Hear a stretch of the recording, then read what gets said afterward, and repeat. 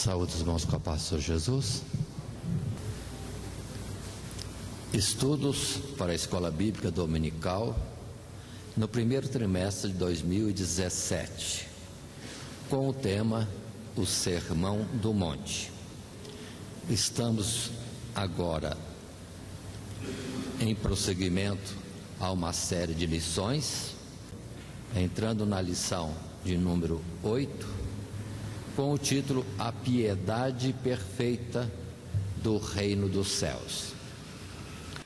Na sequência, lembremos que a nossa lição é para a Escola Bíblica Dominical, nas classes de jovens e adultos, apresentando o texto áureo que temos e que diz: Deus é Espírito e importa que os que o adorem em verdade e espírito, ou em espírito e em verdade.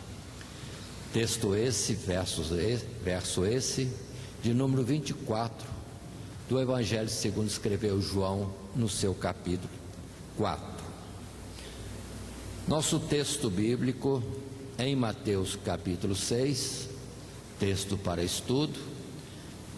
Nós estaremos com este texto repartido na lição de hoje, porque vamos tomar os versos de 1 a 8 e em sequência depois 16 a 18.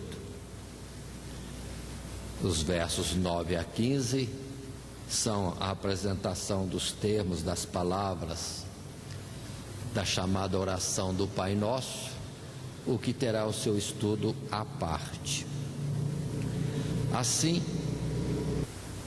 apresentando o texto da leitura bíblica em classe, Mateus capítulo 6, observem primeiro os 4 versos iniciais, e que assim lemos: Guardai-vos de fazer a vossa esmola diante dos homens, para serdes vistos por eles.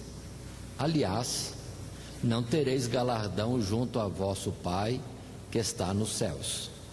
Quando, pois, deres esmola, não faças tocar trombeta diante de ti, como fazem os hipócritas nas sinagogas e nas ruas, para serem glorificados pelos homens. Em verdade vos digo que já receberam o seu galardão.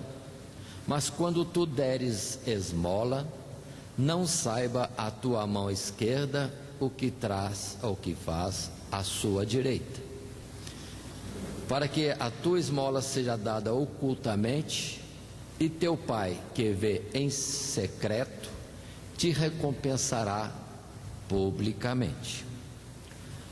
Esses 4 versos é a instrução de Jesus sobre as esmolas, que será um dos nossos tópicos de estudo.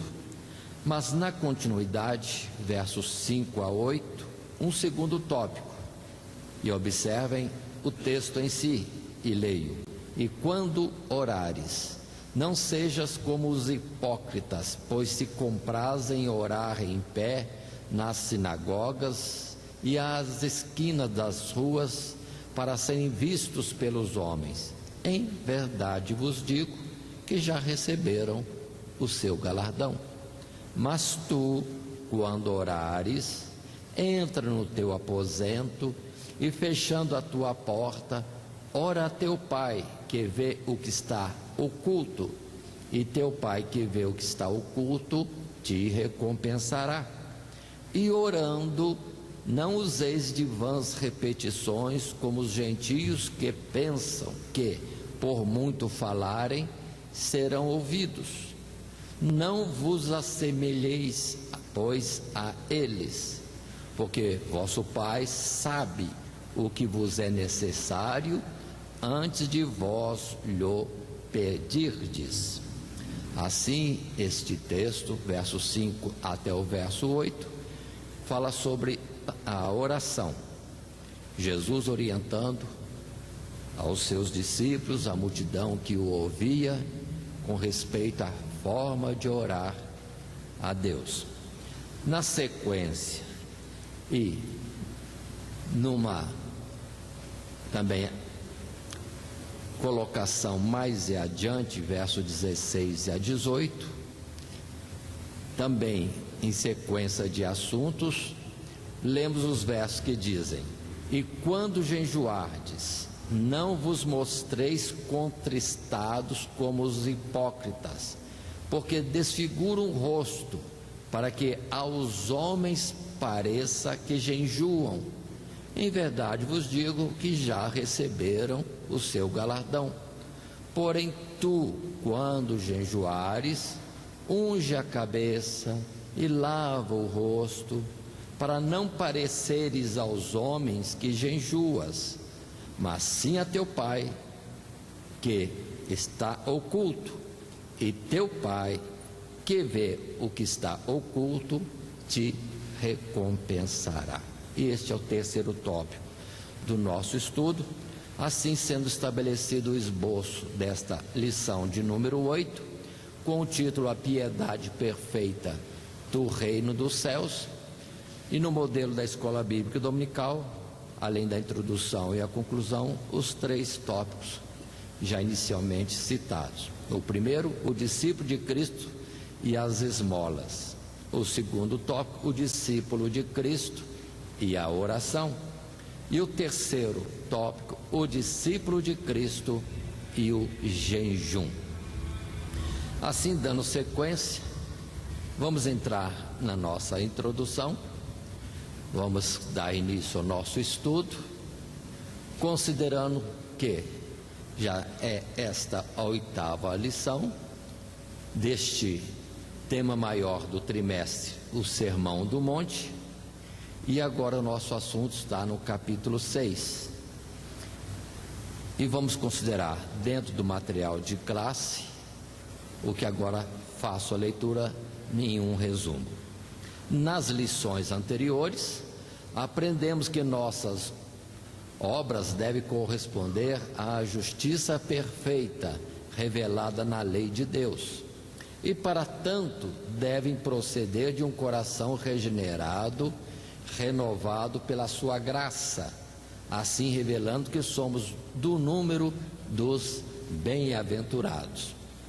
Desta forma, nosso Pai Celestial é glorificado diante dos homens, pois suas perfeições são contempladas em seus filhos, no trato com seus semelhantes. Agora veremos que, na prática da piedade ou da nossa devoção para com Deus, não pode ser diferente.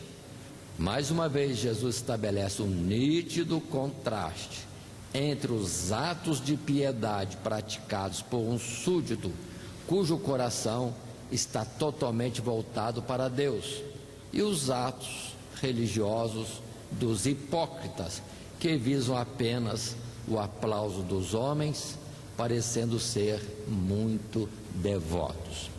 Então observe que nossa lição será essa: Jesus instruindo a, sim, sermos devotos de Deus, temos uma vida dedicada a Deus, temos, como nós vimos no esboço, o estar fazendo parte daqueles que ajudam os necessitados pelas esmolas, ou aqueles que oram a Deus, ou aqueles que jejuam, mas num comportamento correto para com Deus, e não fazer estas coisas fazendo-se aparente ou visível aos homens, buscando aprovação e elogio dos homens, ou alguma consideração.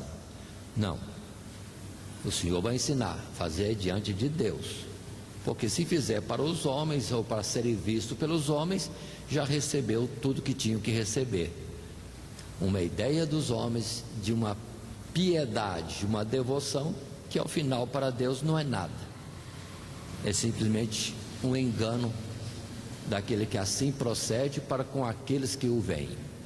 Assim, indo para os tópicos já selecionados, o primeiro tópico, o discípulo de Cristo e as esmolas, Mateus capítulo 6 e os seus primeiros 4 versos, que novamente leio e que dizem assim: guardai-vos de fazer a vossa esmola diante dos homens, para seres vistos por eles. Aliás, não tereis galardão junto de vosso Pai, que está nos céus. Quando, pois, deres esmola, não faças tocar trombeta diante de ti, como fazem os hipócritas nas sinagogas e nas ruas, para serem glorificados pelos homens. Em verdade vos digo que já receberam o seu galardão. Mas quando tu deres esmola, não saiba a tua mão esquerda o que faz a tua direita, para que a tua esmola seja dada ocultamente, e teu Pai que vê em secreto te recompensará publicamente. Então este é o novo texto, ou o nosso texto para o primeiro tópico: os discípulos de Cristo e as esmolas, o que na verdade pode ser estendido também para as ofertas alçadas, para dízimos também, mas vamos considerar apenas no caso do texto as esmolas. Passando ao primeiro parágrafo do nosso material de classe, observemos o resumo nesta leitura. Nesta sessão do Sermão do Monte, o Senhor Jesus passa a ensinar o que ele demanda de seus discípulos na sua devoção a Deus, aqui exemplificada em 3 atos considerados os mais importantes, fazendo-se necessário resguardar-se da hipocrisia. Por sua ordem, o primeiro desses atos é o da caridade para com o próximo, ou dar esmolas, um dever tanto prescrito pela lei, como também confirmado sob a dispensação do Evangelho, à luz do qual este ato torna-se nada menos que a expressão necessária da obediência ao segundo mandamento mais importante da lei: amarás o teu próximo como a ti mesmo. Assim, observem, de tantos versículos e textos bíblicos que poderíamos selecionar, nós temos Deuteronômio, Lucas e a primeira carta de João, de onde extraio, no capítulo 15 de Deuteronômio, os versos 7 e 8, que assim dizem para nós: quando entre ti houver algum pobre de teus irmãos, em alguma das tuas portas, na tua terra, que o Senhor teu Deus te dá, não endurecerás o teu coração, nem fecharás a tua mão a teu irmão que for pobre. Antes lhe abrirás de todo a tua mão e livremente lhe emprestarás o que lhe falta, quanto baste para a sua necessidade. Então essa palavra é direta e está na lei: o dar esmolas, o ajudar o próximo, ajudar o irmão necessitado, é da lei. Só que a lei coloca como mandamento, e dentro do texto bíblico observemos, e vamos ainda estender alguma consideração, isso não deve ser feito como obrigação nem mandamento, mas como a resposta natural do nosso coração, amoroso, atencioso, cuidadoso com as necessidades dos nossos irmãos. Já em Lucas capítulo 3, verso 11, Jesus, em meio a respostas e questões diversas levantadas, temos o verso que diz: e respondendo ele, disse-lhes: quem tiver 2 túnicas, que reparta com o que não tem, e quem tiver alimentos, que faça da mesma maneira. Aí podemos lembrar de Atos dos Apóstolos, como era a vida entre os nossos irmãos seguidores de Cristo Jesus no seu princípio. Eles não estavam preocupados de armazenar bem algum neste mundo, mas antes voluntariamente davam o que tinham em abastança, para que depois fosse repartido com todos que tivessem alguma necessidade. Vivemos num mundo muito difícil agora, um sistema capitalista, um sistema que ensina fortemente a pessoa a ser prevenida, a se resguardar, e ter condições para um dia futuro, esquecendo da providência de Deus, convidando-nos a mais nos escorarmos naquilo que pudermos ter de reserva, do que na verdade confiar nas providências de Deus. E aí o tempo muda, mas nós não podemos andar segundo aquilo que o mundo ensina e tem como normal. Precisamos aprender a andar totalmente às dispensas de Deus. Estamos no deserto espiritual, o deserto continua. A terra prometida não foi alcançada ainda por nós que aqui estamos. Portanto, é o pão nosso de cada dia, ou, na figura do deserto, o maná de cada dia. Consideremos isso para notar como o mundo trabalha em oposição àquilo que Deus coloca para nós. Ainda em João, na carta de João, a primeira, capítulo 3, versos 16 e mais algum verso, que diz: conhecemos a caridade, o amor nisto, que Ele, Jesus, deu a sua vida por nós, e nós devemos dar a vida pelos irmãos. Quem, pois, tiver bens no mundo, ou bens do mundo, e vendo o seu irmão necessitado lhe cerrar o seu coração, como estará nele a caridade, o amor de Deus? Meus filhinhos, não amemos de palavra, nem de língua, mas por obra e em verdade. Então essas palavras que temos aqui já expressam tudo o que está na lição, nesse primeiro parágrafo do material de classe. Mas estendemos um pouco mais no segundo parágrafo, que resumo também, e que assim encontramos: nesta passagem, Jesus não condena o ato de dar esmolas em si, de forma nenhuma, nem mesmo quando feito em público ou reconhecido pelos homens, mas ele nos alerta contra o pecado da hipocrisia, fingimento, isto é, quando o homem usa um ato de piedade e devoção a Deus para buscar não o agradar ao seu Criador, mas sim o reconhecimento dos homens e a exaltação pessoal. Consideremos isso. O das obras é fruto do amor, das esmolas, ou fazer obras de caridade, de atenção e socorro aos irmãos, é do amor. Agora, fazer em público não teria problema também.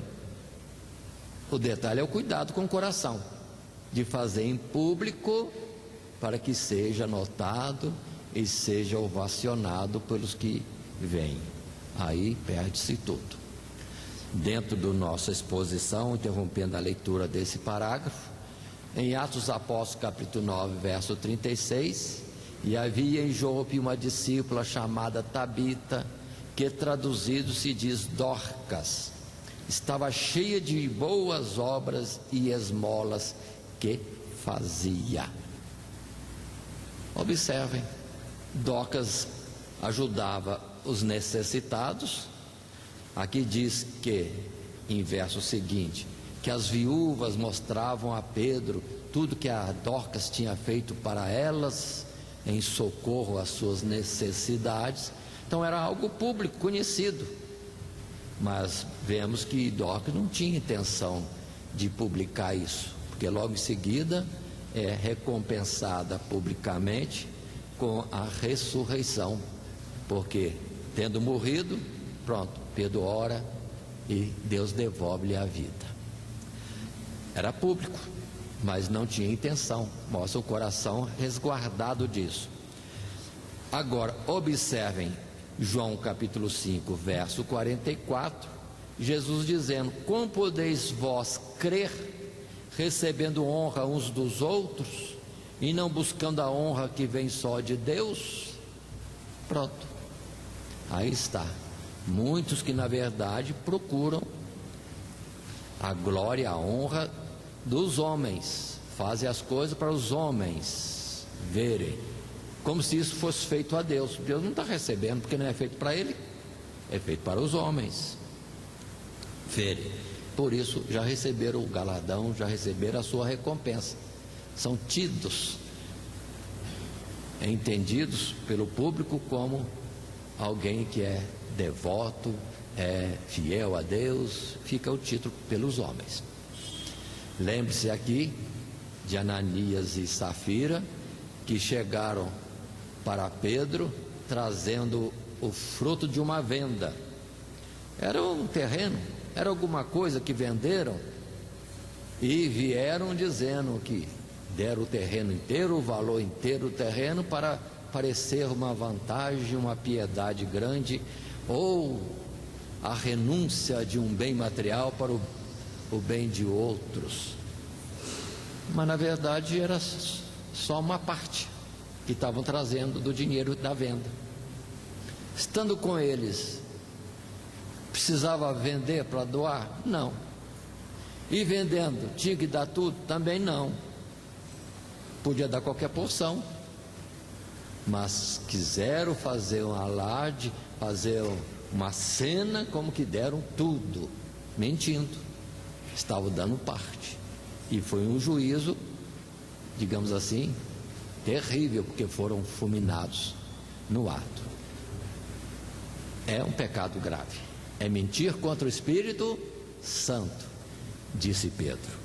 Assim, voltando ao nosso texto, no segundo parágrafo da nossa lição, no material de classe, no tópico primeiro, o discípulo de Cristo e as esmolas, de onde paramos, continuamos. Trata-se de um erro sutil, pois se introduz até nos atos de maior espiritualidade, e é fácil de se cometer, pois procede da ambição do coração humano, do seu orgulho e vanglória. Contudo, tal atitude receberá a devida reprovação da parte de Deus. Vimos Ananias e Safira, e temos versos outros nas Sagradas Escrituras em que Jesus censura este mesmo comportamento. E diz a palavra, observemos, Mateus 23, verso 1 até o verso 7. Então falou Jesus à multidão e aos seus discípulos, dizendo: na cadeira de Moisés estão assentados escribas e fariseus. Observai, pois, e praticai tudo o que vos disserem, mas não procedais em conformidade com as suas obras, porque dizem e não praticam. Pois atam fardos pesados e difíceis de suportar, e os põem sobre os ombros dos homens. Eles, porém, nem com o dedo querem movê-los, e fazem todas as obras a fim de serem vistos pelos homens, pois trazem largos filactérios e alargam as franjas das suas vestes, e amam os primeiros lugares nas ceias, e as primeiras cadeiras nas sinagogas, e as saudações nas praças, e os serem chamados pelos homens Rabi, Rabi, que significa mestre, mestre. Pronto, Jesus falou claro, estendeu esse comportamento, essa religiosidade para os homens verem, e não um coração de fato voltado para Deus. No mesmo capítulo de Mateus 23, verso 28, Jesus continua: assim também vós exteriormente pareceis justos aos homens, mas interiormente estáis cheios de hipocrisia, de fingimento e de iniquidade.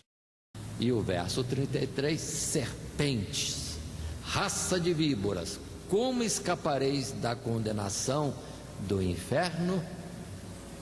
Observem essa atitude nas esmolas, o que pode ser estendido, já dissemos, em dízimos, em ofertas, alçadas, que pode ser estendido também quando publicamente nos é dada a oportunidade para cantar, para tocar, para pregar, e alguns podem vir a fazê-lo de uma forma empolada para o povo ver, e não numa direção real para Deus, ou cumprindo o ministério que lhe é dado diante de Deus, como Paulo diz, falamos de Deus na presença de Deus, e não para os homens terem agrado, de forma nenhuma. Assim, continuando, prosseguimos ainda no nosso primeiro tópico. O Sermão do Monte é o tema do trimestre. A lição de hoje, a de número 8, a piedade perfeita do reino dos céus. E o tópico primeiro ainda, o discípulo de Cristo e as esmolas. Num terceiro parágrafo, resumo o que está no material de classe. Assim leio: a aprovação dos nossos atos de piedade, no caso em questão, das esmolas, depende não apenas do desinteresse pela atenção e louvor dos homens, não faças tocar trombeta diante de ti, mas também de uma renúncia e desapego a toda pretensão quanto ao valor e mérito de nossos atos. Não saiba a tua mão esquerda o que faz a tua direita. Nosso único e legítimo interesse no exercício da piedade deve ser a glória de Deus. Praticar esse e qualquer outro ato de natureza devocional, porque Ele ordenou, e porque isso o agrada, e porque Ele promete recompensá-lo, e porque em nós há o amor que provém de Deus. Então observem que as razões que devem nos mover a ter complacência dos nossos irmãos, ajudar os irmãos necessitados momentaneamente ou de uma necessidade contínua, deve ser para a glória de Deus, e em particular movidos pelo amor de Deus em nossos corações. Assim, os versos que apontamos, entre tantos que podem ser escolhidos pelos professores para argumentar e trazer a lição nas classes. Provérbio 19, verso 17 diz: ao Senhor empresta o que se compadece do pobre, e Ele lhe pagará o seu benefício. E já em 2 Coríntios 9, 9, Paulo diz, conforme está escrito: espalhou, deu aos pobres, a sua justiça permanece para sempre. Eu lembro também do detalhe que temos em Provérbios, vou usar essa expressão assim: a despensa que é esvaziada numa distribuição, ou até o mercador que põe o seu produto à venda para matar a fome do povo, tudo isso será reconhecido e recompensado pelos homens e por Deus. Mas aquele que fecha, guarda o produto que tem e não reparte, sobre ele virá certamente o juízo de Deus. Observe bem isso. Lembro em um testemunho de alguém no trabalho social nosso de Cabazade, em alguma congregação, em algum tempo bem antigo, que se gloriava de que a despensa da congregação estava cheia de gêneros alimentícios. Uma bênção, está cheia. Aí eu fiquei assim meio parado, despensa cheia. Mais para frente eu fiquei sabendo que perdeu muito porque deu bicho. Aí que eu fui considerar, não é para ter dispensa cheia. A dispensa pode ficar cheia por um pouco de tempo, mas tem que ser esvaziada logo, se é obra social. Se tem que repartir, encheu, que benção, então esvazia logo. Porque sendo esvaziada a dispensa, porque assistiu a muitos, eu sei que a bondade de Deus será grande e vai encher de novo para novas necessidades. Mas encher para ficar cheio e dizer que a Cabazade, a obra social, está com bastante recurso ou material de distribuição, isso não é nada, até perigoso. Como foi? Perdeu tudo, deu bicho. Então a glória não está cheia, a glória é encher e esvaziar logo. Ou seja, os necessitados vão ter aquilo que venha provê-los. Já em 1 João capítulo 4, verso 20, o texto diz: se alguém diz, eu amo a Deus e aborrece a seu irmão, é mentiroso. Pois quem não ama seu irmão, ao qual viu, como pode amar a Deus a quem não viu?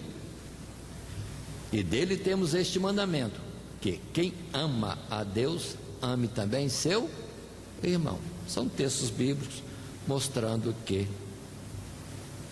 se alguém dá esmolas, se compadece do pobre, do necessitado, na verdade, ele não está fazendo nada demais. É servo inútil que fez aquilo que tinha que fazer. Não há mérito. Ainda que Deus recompense quando nós atendemos a necessidade do nosso irmão. Mas é bom atender de uma forma que só Deus saiba e não pense em glórias deste mundo. Na continuidade, entramos no segundo tópico nosso, o discípulo de Cristo e a oração. 3 pontos importantes. O primeiro foi esmola e agora no segundo ponto, é a oração. Ali mesmo, em Mateus capítulo 6, verso 5 até 8, estendemos ou repetimos a leitura que diz: e quando orares, não seja como os hipócritas, pois se comprazem em orar em pé nas sinagogas e às esquinas das ruas para serem vistos pelos homens. Em verdade vos digo que já receberam a sua recompensa. Mas tu, quando orares, entra no teu aposento e, fechando a tua porta, ora a teu pai que vê o que está oculto, e teu pai que vê o que está oculto te recompensará. E orando, não useis de vãs repetições como os gentios, que pensam que por muito falarem serão ouvidos. Não vos assemelheis, pois, a eles, porque vosso Pai sabe o que vos é necessário antes de vós lhe pedirdes. Aí está esse segundo ponto. E passando ao material de classe, num primeiro parágrafo que aqui expomos, trazemos o início deste assunto. O próximo exemplo de piedade prática é o da oração. E uma vez mais, o que Jesus está aqui condenando não é a oração pública em si, como parte do culto a Deus prestado pelos fiéis quando reunidos, mas sim a ostentação com que os escribas e fariseus cumpriam este dever, no desejo de serem reconhecidos como homens de grande piedade e comunhão com Deus. A oração deve ser uma expressão sincera do coração a Deus.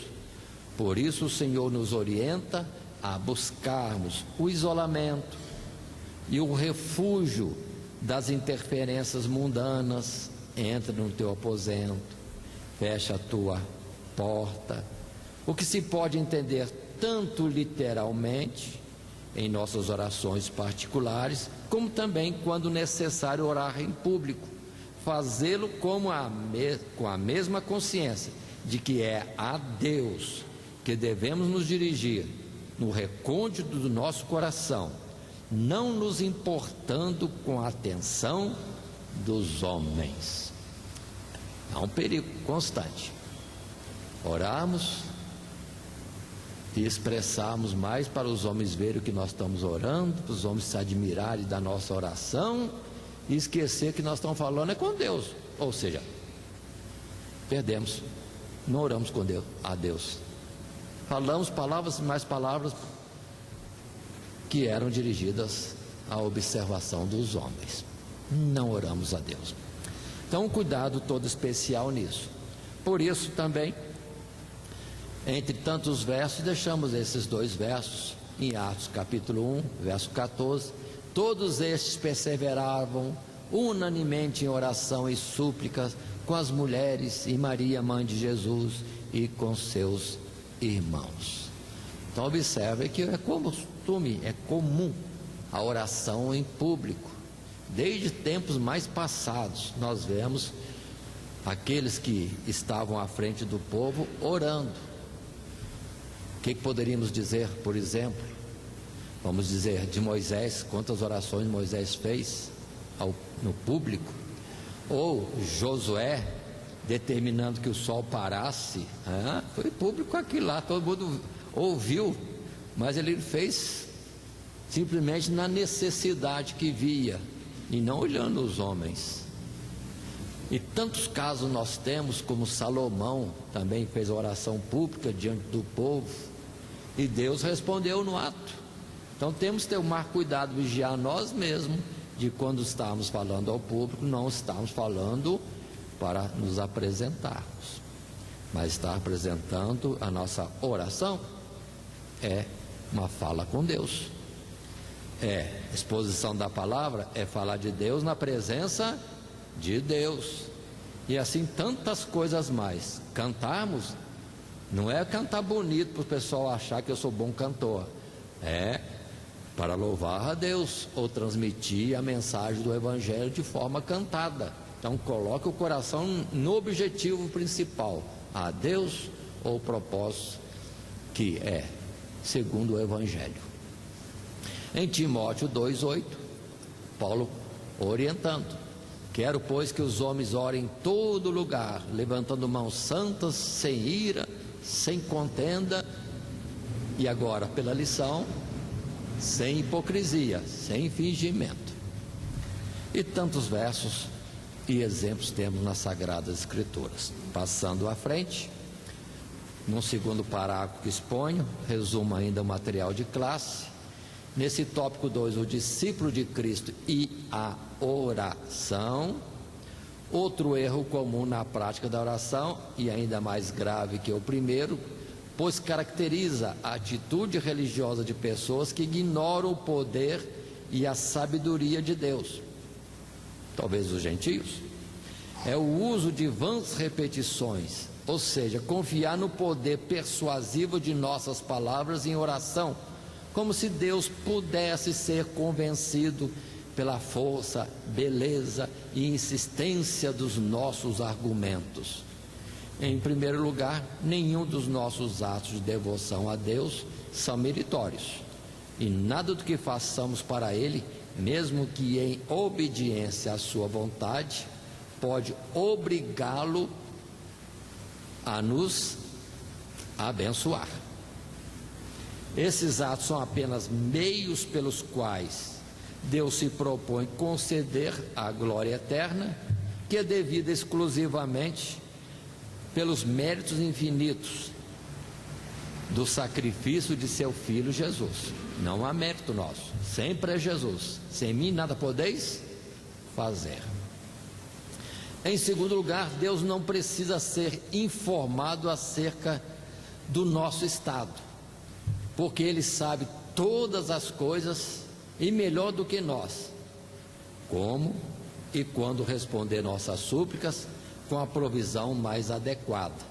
Por outro lado, Jesus não está condenando a perseverança e insistência em buscar ou pedir alguma coisa a Deus, até que alcancemos uma resposta, desde que isto seja uma sincera expressão da nossa dependência e confiança nele. Então observem, é um detalhe interessante: não se deter em orações repetitivas de forma nenhuma. É a expressão do verso 7: não usei de vãs repetições como os gentios, que pensam que por muito falarem serão ouvidos. Temos que distinguir bem esse aspecto, né? A palavra diz vãs repetições. Vãs repetições. Há formas diversas de nós expormos, né, nossas necessidades. Tem gente que fala: Jesus, eu estou com dor de cabeça, tem misericórdia e me cura. Mas tem outro que fica: Jesus, a dor de cabeça me incomoda, não posso estudar, não posso isso, não posso aquilo. Outro dia mesmo, meu irmão está falando comigo e não prestei atenção no que ele falou. E vai conversando, falando um livro inteiro com Deus. Isso eu entendo que não é repetição vã. Ele está, conversa com um amigo que tem paciência para ouvir. Deus é paciente para ouvir. Nós temos repetição vã e até incorreta no modelo infeliz que o catolicismo romano apresenta, quando coloca orações escritas para nós ficarmos lendo repetidamente. Está errado. Preciso ser franco diante da palavra de Deus, né? O que chamam de terço é repetição incorreta. Repete a mesma coisa, sem sentido algum, quando Jesus diz para não ser de repetição vã. E ainda mais errado, quando toda oração tem que ser a Deus. Há um só Deus e um só mediador entre Deus e os homens. E se coloca outros na nossa oração como mediadores, fica aquela repetição. Meu Deus, está contra a palavra. Está usando outros mediadores e está valendo-se de repetição vã. É bom atentarmos para isso nos modelos dos versículos que nós temos dentro da lição, e aqui algum que apresento como modelo. Capítulo 15, verso 7: Se vós estiverdes em mim, e as minhas palavras estiverem em vós, pedireis tudo o que quiserdes e vos será feito. Há uma condição da oração ser respondida sem problema nenhum.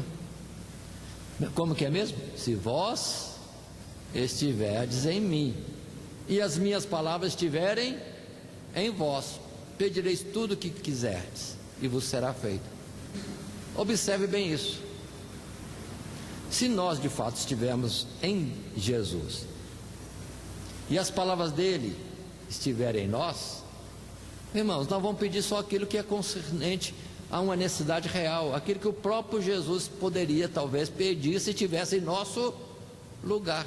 Nós não vamos pedir nada diferente de uma real necessidade, e que não será nunca para deleite nosso, nada de amor a este mundo, é segundo a nossa comunhão com Ele. É o que muitos precisam entender.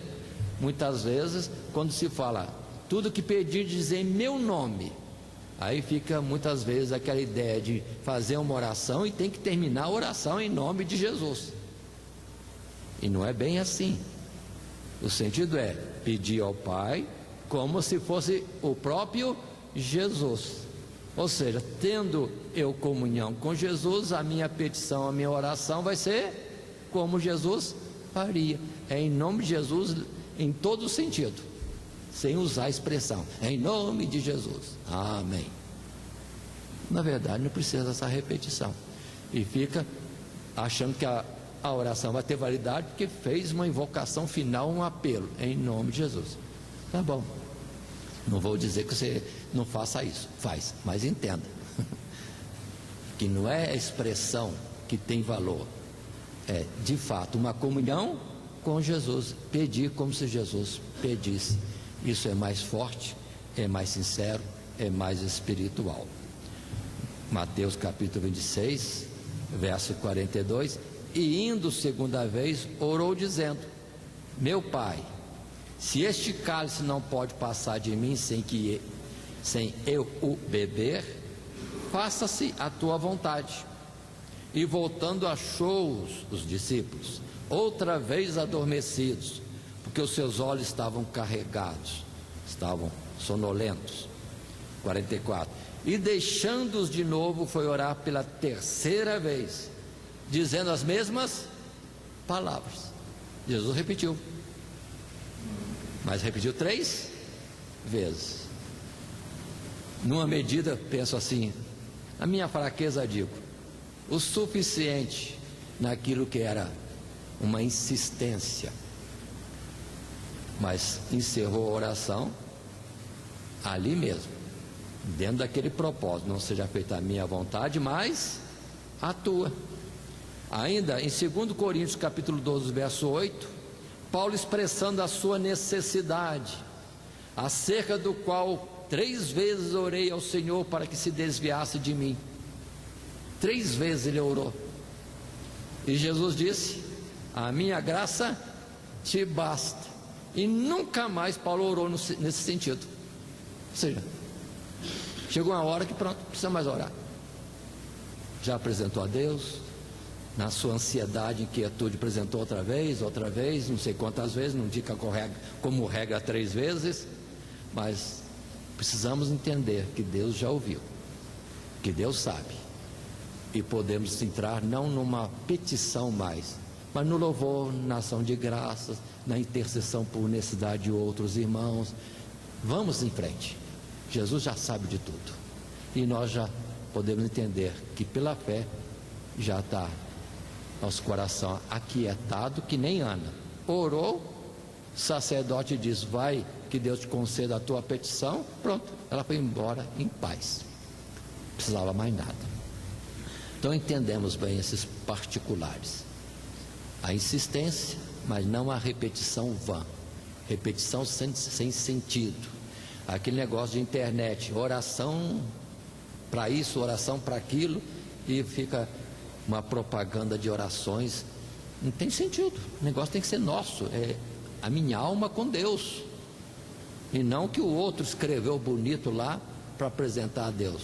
Aquilo lá é uma oração que alguém forjou, um escritor com competência, com arte, escreveu bonito. Deus olha assim, é que nem o CD tocando, para ele não serve nada. Aí nós somos o aparelho de som, estamos só reproduzindo aquilo que está gravado, mas de alma não temos nada diante de Deus. Oração em espírito e em verdade. Pronto. Passando à frente na nossa lição, nessa terceira tela, quero também resumir a continuidade do nosso segundo tópico, o discípulo de Cristo e a oração, colocando assim: tendo em vista as nossas limitações para compreendermos o sábio conselho de Deus sobre todas as coisas, e mesmo a nossa incapacidade de nos dirigirmos ao nosso Pai Celestial como convém, o Senhor Jesus nos ensina a orar, fornecendo não apenas os princípios gerais, mas as próprias palavras que podemos empregar em nossas súplicas a Deus, para externar diante dele os anseios do nosso coração. Atentemos para isso. Nós não sabemos como orar, por isso que é importante, muito importante, que esta oração seja em espírito, uma comunhão com Deus. Aí é o próprio Espírito de Deus que nos move a falar. Muito bem, mas temos o outro aspecto: não sabendo nosso direito como falar, o próprio Espírito de Deus nos ajuda na oração. Observemos alguns versos que precisamos considerar quando oramos, e o cuidado de abrir a nossa boca diante de Deus. Já vimos lições anteriores em que isso foi tocado. Eclesiastes capítulo 5, verso 1 e mais algum verso diz assim: guarda o teu pé quando entrares na casa de Deus, e inclina-te mais a ouvir do que a oferecer sacrifícios de tolos, pois não sabe que fazem mal. Não te precipites com a tua boca, nem o teu coração se apresse a pronunciar palavra alguma diante de Deus, porque Deus está nos céus e tu estás sobre a terra, pelo que sejam poucas as tuas palavras. Observe bem a orientação de Salomão.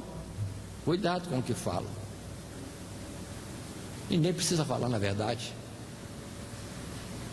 Observem aquele publicano: Senhor, tem misericórdia de mim, pecador. Só repetia isso, numa insistência que não sei quantas vezes, 3, 4, 5, não interessa, mas a alma dele só falava isso: tem misericórdia de mim, pecador. E Deus entende tudo, conhece a vida dele toda, tudo que ele falou, tudo que ele pensou, tudo que ele fez, e já entendeu. Ele está pedindo misericórdia, perdão, e pronto, e saiu aliviado. Continuando, Romanos capítulo 8, verso 26, e da mesma maneira também o Espírito ajuda as nossas fraquezas, porque não sabemos o que havemos de pedir como convém, mas o mesmo Espírito intercede por nós com gemidos inexprimíveis. Pronto. Observe bem, é como se falássemos a Deus com o intérprete do lado. A gente fala algumas palavras e ele coloca na linguagem certa diante de Deus. Pode ser que a gente peça uma porta de emprego e o Espírito Santo já fala com o Pai lá outra coisa. Senhor, aperta a mão um pouquinho, que apertando ele tem vindo mais vezes para a igreja. Pronto. Então, essa filtragem do Espírito em todos os sentidos. A gente pode pedir num sentido e o Senhor está conduzindo a outra petição, que é uma real necessidade nossa. Mas continuemos um pouco mais. Lucas capítulo 11, o verso 1 diz: e aconteceu que, estando ele a orar num certo lugar, quando acabou, lhe disse um dos seus discípulos: Senhor, ensina-nos a orar, como também João ensinou aos seus discípulos. E ele lhes disse: quando orardes, dizei: Pai, santificado seja o teu nome, venha o teu reino. Observe bem nesse particular, irmãos. O discípulo, vendo Jesus orar, pediu a Jesus para ensiná-lo a orar também, e Jesus vai trazer a instrução. E cita um ponto particular interessante: João Batista ensinava os seus discípulos a orar. Será que nós, como dirigentes de congregação, professores de escola dominical, não podemos ter esse cuidado também? De ensinar os nossos alunos, os fiéis da igreja, aqueles que nos ouvem, entre tantas coisas, também no sentido de saber orar? Então, considere isso, para nós estarmos aplicando, lembrarmos em algum momento disto fazer. Mas continuemos de onde interrompemos, e a sequência aí está diante de nós. Mas, como cada frase desta oração apresenta grande riqueza de ensinamentos, e considerando que esta porção do texto representa um parêntese dentro do assunto geral abordado nesta sessão, reservaremos o estudo da oração do Senhor para a próxima lição.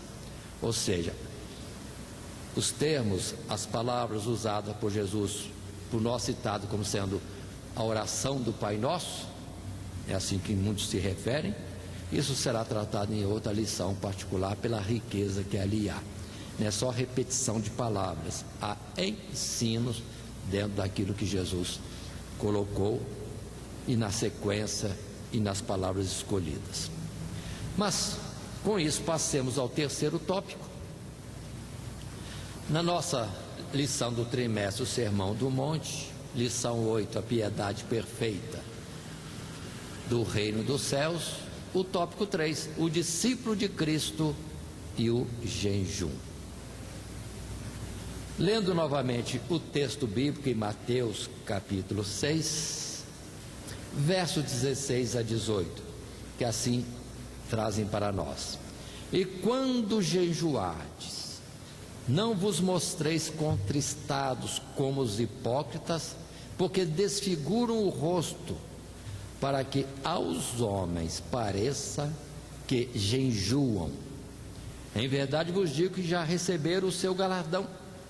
Porém tu, quando jejuares, unge a cabeça, lava o rosto, para não pareceres aos homens que jejuas, mas sim a teu Pai que está oculto, e teu Pai que está oculto te recompensará.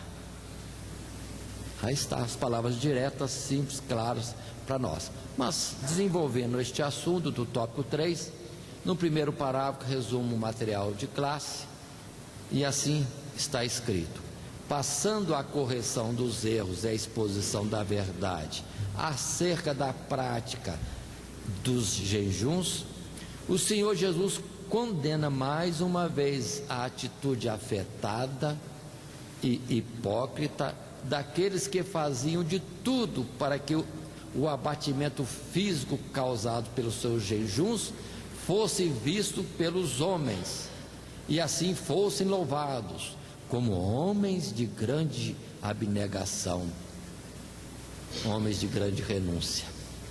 Mas o verdadeiro jejum procede de um senso da nossa dependência de Deus, ou do nosso arrependimento e pesar por tê-lo ofendido. Considere bem esse aspecto, jejum.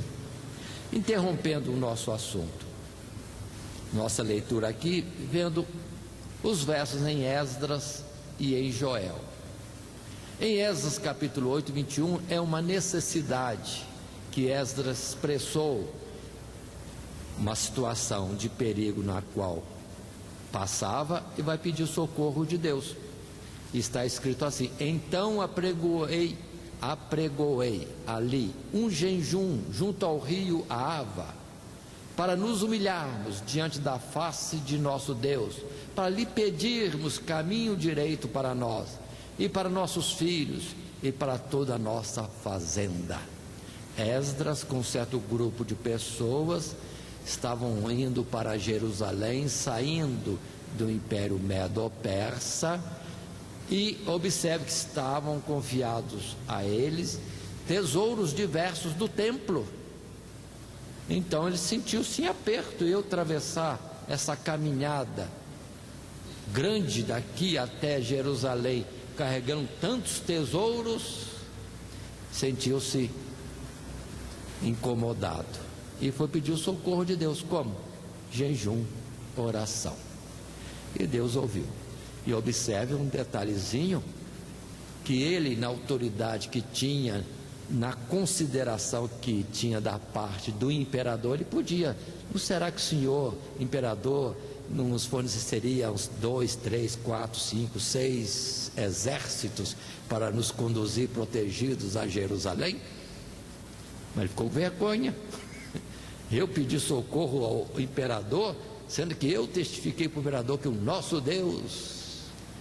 não, estaria negando com palavras e com a petição o que eu disse, que Deus é poderoso para nos guardar e nos abençoar. Então não pediu nada ao imperador e foi com o que tinha mesmo, carregando tesouros, mas humilhado na presença de Deus.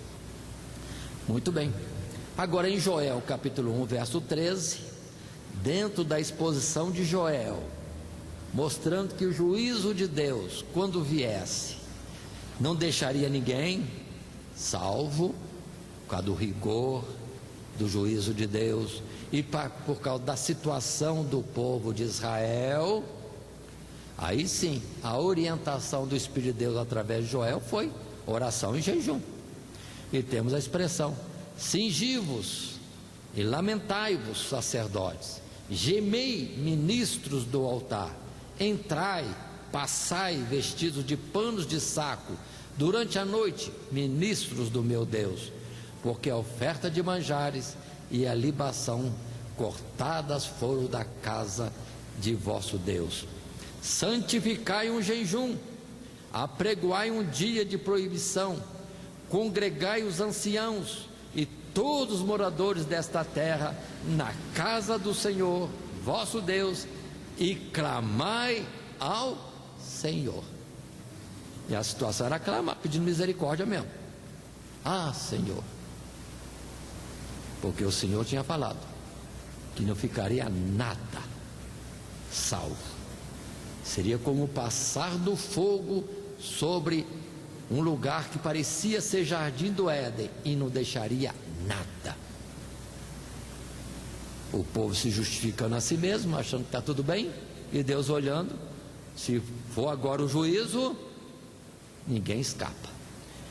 E a orientação é orar, jejuar, clamar. Muito bem. Assim sendo, em continuação ao texto que estávamos lendo, de onde interrompemos, continuamos.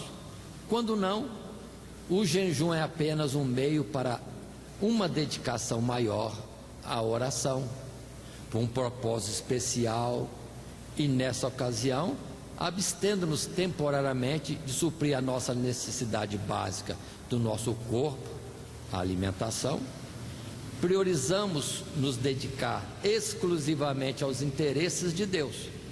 Em ambos os casos, porém, a prática do jejum é incompatível com o desejo de vanglória do ser humano. Então observe, jejuar para se dedicar a orar a Deus, jejuar alimento, jejuar o sono, a vigília, jejuar isto, jejuar aquilo, tantas coisas podem ser deixadas de lado para nos determos em oração. Não é só jejum de alimento, não. Assim, observemos algumas coisas. Dentro do nosso material de classe, entre outros versículos apontados, citados, destaco estes dois textos, Atos 13:2, e servindo eles ao Senhor e jejuando, disse o Espírito Santo: apartai-me a Barnabé e a Saulo para a obra a que os tenho chamado. Então, jejuando e orando e pondo sobre eles as mãos, os despediram. Observe, jejum e oração normal, comum no dia a dia de buscar a Deus, e como serviço a Deus, orando, jejuando, suplicando as bênçãos de Deus para os trabalhos da igreja, para um irmão ou outro, todos os irmãos, para os departamentos, para tanta coisa que pode se pedir. Orando e jejuando, está prestando serviço a Deus, como entrando no combate espiritual pela causa de Deus. Então jejuavam, oravam normalmente.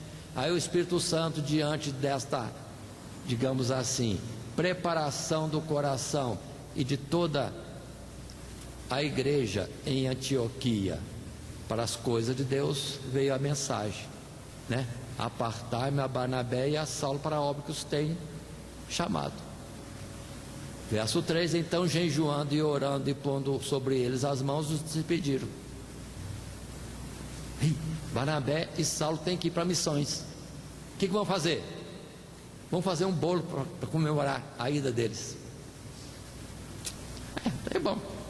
Nos alegrarmos, despedi-los em festa. Como Labão disse que queria despedir suas filhas e seus netos com festa. Mas eles não fizeram festa. Foram jejuar e orar para Deus abençoar Paulo e Barnabé na viagem que tinham à frente. Então observemos que a própria palavra em si, se determos em detalhes, nos instrui e nos orienta ao melhor procedimento quando há questões, propósitos dentro da igreja. E o melhor propósito é esse: orar e jejuar. Em Lucas 2, verso 37, fala daquela viúva. E era viúva de quase 80 anos, 84 anos, e não se afastava do templo, servindo a Deus em jejuns e orações de noite e de dia. Se alguém olhasse assim: não sai daqui, só fica orando na igreja e nem sai para almoçar, nem para jantar, nem tomar café. Mas aí, eu estou aqui, eu estou fazendo a limpeza dos vitrô. Será que está certo? Escolhi a melhor parte? Estou servindo melhor a Deus e a igreja do que aquela viúva? Consideremos isso, mas às vezes nós damos mais valor a tantas outras coisas e não damos valor à oração. Tanto que é comum em qualquer reunião nossa, muitas vezes chegamos atrasados quando a oração acabou. Aí chegamos. Reunião do ministério. Tem tanto assunto pela frente, pela secretaria, pela tesouraria. A gente vai chegar na hora que começa os debates, a apresentação dos assuntos a serem tratados. Opa! O principal talvez esteja antes, na oração e jejum, para Deus abençoar aquilo que vai ser colocado em discussão. Precisamos entender: orar e jejuar é servir a Deus, é batalhar pela causa de Deus. Muito bem. Gostaria de lembrar também, não esqueçam, de palavras como em Isaías, capítulo 58. Não tenho para projetar, me ocorreu agora estar considerando estes versos, porque são nítidos quanto ao jejum.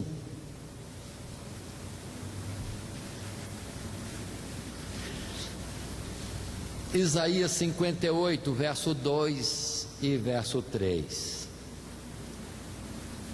Deus falou assim por Isaías àquele povo naquela época: todavia me procuro cada dia, tomo um prazer em saber os meus caminhos, como um povo que pratica a justiça e não deixa o direito do seu Deus. Perguntam-me pelos direitos da justiça e têm prazer em se chegar a Deus, dizendo, verso 3: porque jejuamos nós e tu não atentas para isso? Porque afligimos a nossa alma e tu não sabes? Eis que no dia que jejuais, achais o vosso próprio contentamento e requereis todo o vosso trabalho. É Deus olhando o povo está indo para a casa da oração, está orando, está jejuando, e depois não requerem resposta minha. Mas Deus viu lá no fundo do coração: eis que no dia em que jejuais, final do verso 3, achais o vosso próprio contentamento e requereis todo o vosso trabalho. Hoje eu orei 3 horas. É pouco? Então foi 10 horas. Jejuei desde... me sinto bem. É autocontentamento. Ele está se autoelogiando. Jesus, Isaías falando por Deus, diz: achais o vosso próprio contentamento e requereis o vosso trabalho. Deus, agora só tem que fazer alguma coisa. Quantas vezes alguns chegam em público e falam: para trazer essa mensagem eu orei tantos dias, jejuei tantos dias, e como se dissesse, vai ser uma benção. Agora Deus tem que responder. Ou já começou errado. Na verdade, traz a palavra quieto. Quanto que ele jejuou, Deus sabe. O quanto se dedicou, Deus sabe. Mas se ele apresenta primeiro, e já falando para o povo que eles têm que pular e se alegrar, e falar em mistério, porque foi produto de oração e jejum, já está descartado. Apresentou-se a si mesmo. Continua a palavra, verso 4 de Isaías 58: eis que para contendas e debates jejuais, e para dar-te punhadas impiamente, não jejueis como hoje, para fazer ouvir a vossa voz no alto.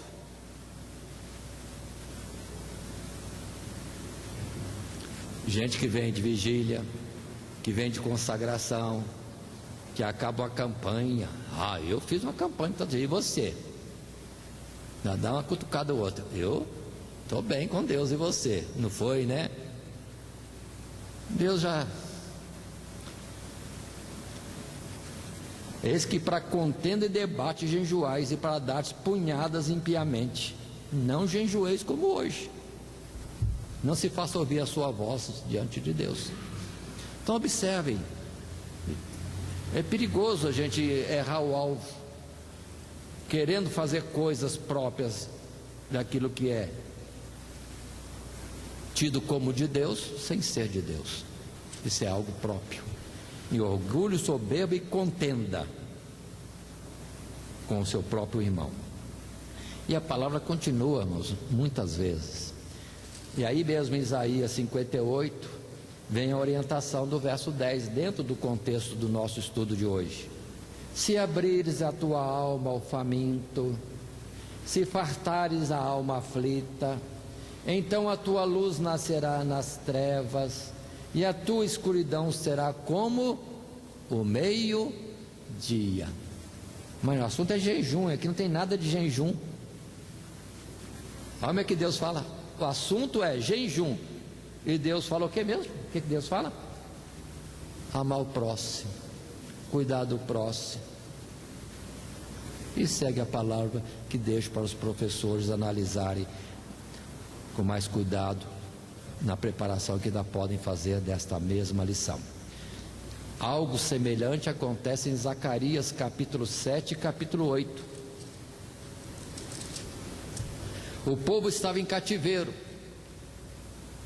e na situação humilhante que se encontravam em cativeiro em Babilônia, depois no Império Medo-Persa, oravam, jejuavam, tinha dias solenes de jejum para todo o povo no cativeiro. E eles vêm questionar ao Senhor sobre isso, sobre o jejum, mesma coisa. E Deus fala, o que eu já respondi lá atrás, minha linguagem, o que eu já falei lá em Isaías capítulo 58, sobre jejum já respondi. Mas mesmo assim o Senhor traz várias palavras para eles, e depois o Senhor fala desta forma.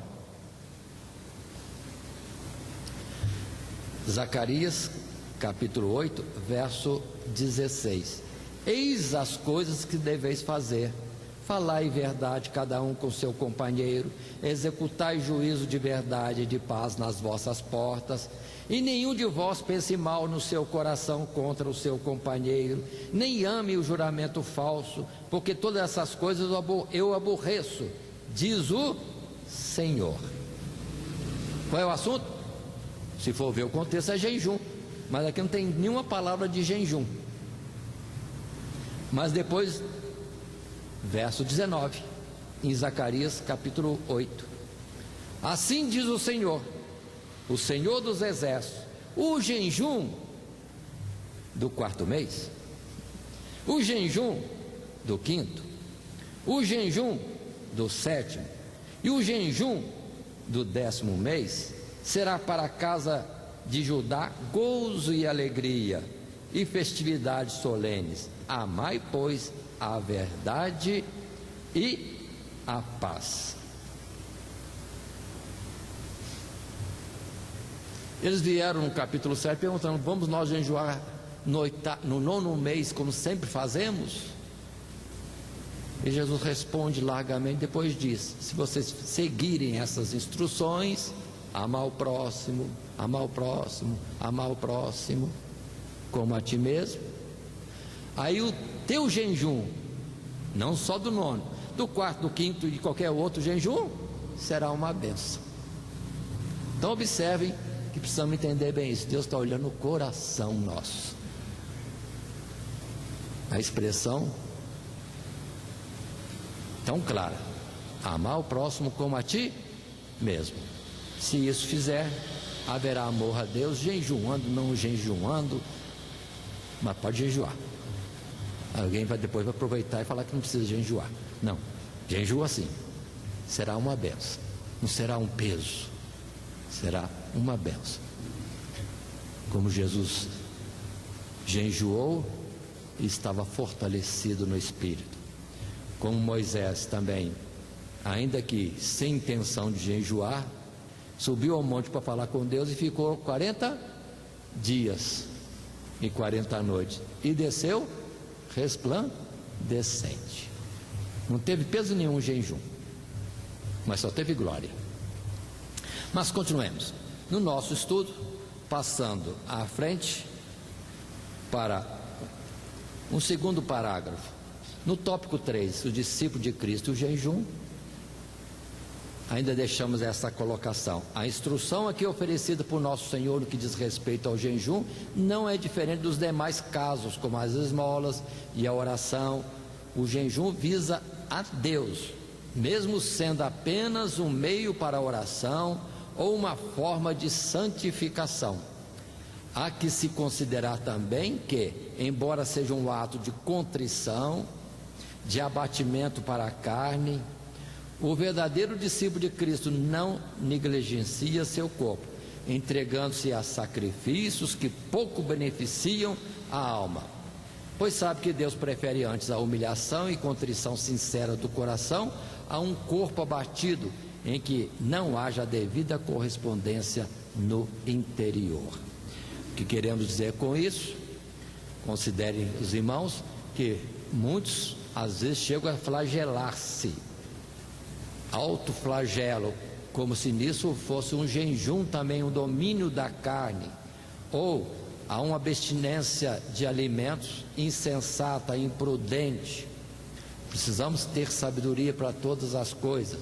Ou como alguns ensinavam a orar em cima de grãos de milho, grão de arroz, em sei que lá mais. Eu não sei se era castigo ou o que aquilo era. Absurdo, como se nisso houvesse mais poder. Ou como alguns fazem, né? Algumas promessas a Deus de estarem carregando uma cruz através de toda a Regis Bittencourt, por exemplo, ou outra rodovia, ou subir uma escadaria, como se aquele sofrimento houvesse algo que Deus achasse de extraordinário.